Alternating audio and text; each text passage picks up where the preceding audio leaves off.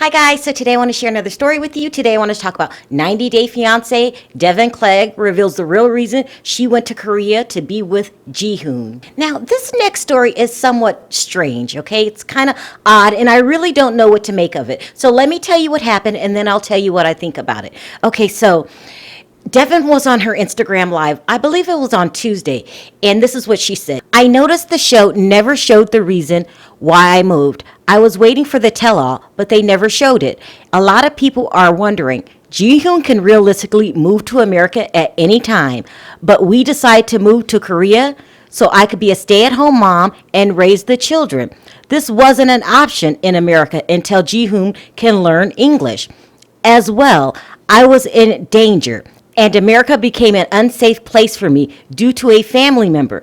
This family member tried to kidnap me and steal my car while I was pregnant. This action is what made us fully decide to move.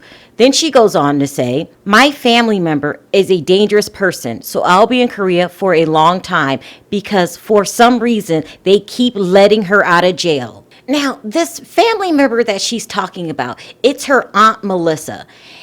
And I guess Melissa has a very, very bad drug problem, is in and out of prison.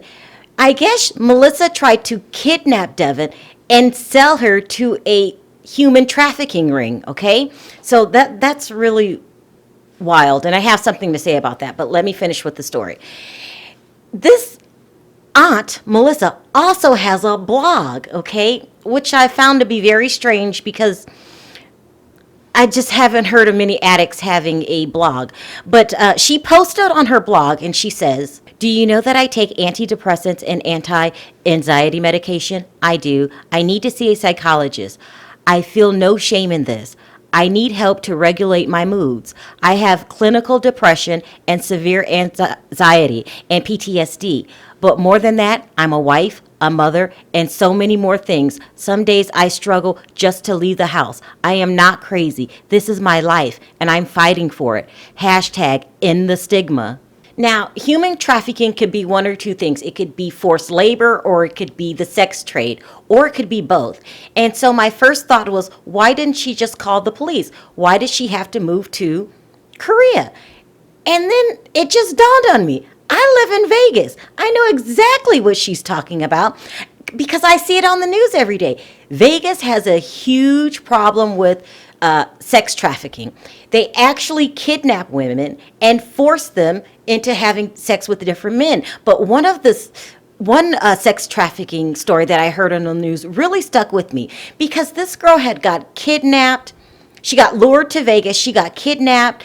She got taken to a very upscale hotel. This is not some rundown thing. On the Strip, there are hundreds and thousands of people on the Strip on the daily basis. She was locked in this room for months. And I'm talking about an upscale hotel. And men were sent upstairs to have sex with her. It's a huge problem. And not to mention, we don't know what happened in the kidnapping, what took place. Deavan could be in shock or have PTSD. This is probably why she doesn't want to live in America anymore. And it's a huge problem, people. And so, and if you're not into that kind of stuff, you don't know about it because I knew nothing about it until I moved to Vegas. It's a huge problem. But really, when I see it on the news and I hear girls say that they were kidnapped and forced into the sex trade, really, for a lot of times I blew it off. I just thought, well, I don't know anything about this prostitution, but, I didn't want to say it's no big deal, but I just didn't think about it because it wasn't a part of my world.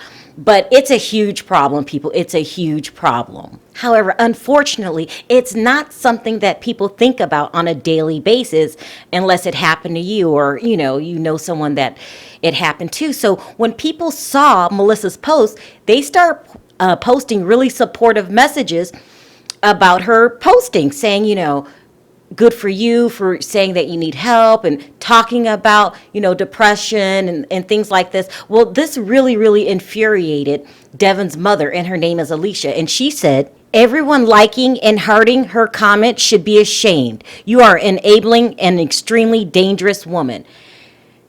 Now, but you know what? It's two separate issues. We're talking about mental illness here and then what happened to Deavan, which is equally important. So it's two different issues, but I understand how Deavan's mother feels. But I guess Deavan's mother, Annalisa, had a very rocky childhood, to say the least. And so it sounds like Deavan's family is dealing with a lot of, real life problems. I'll put it that way. But I'm really noticing that TLC really, they don't really like to get into a person's past, especially if it's really dark. They like to keep it focused just on that relationship and what's going on in the 90 days. So I'm thinking that's why they didn't mention it. But I had to mention it here because that's what I do. I talk about things that they don't mention on the show. So unfortunately, I had to do this very sad, very, very sad story. So what I want to know today in my comments section is, do you think if the aunt got some help that this family could heal? If you like this video, don't forget to hit that like button. If you haven't already subscribed, go ahead and do that. And I'll see you guys next time. Bye.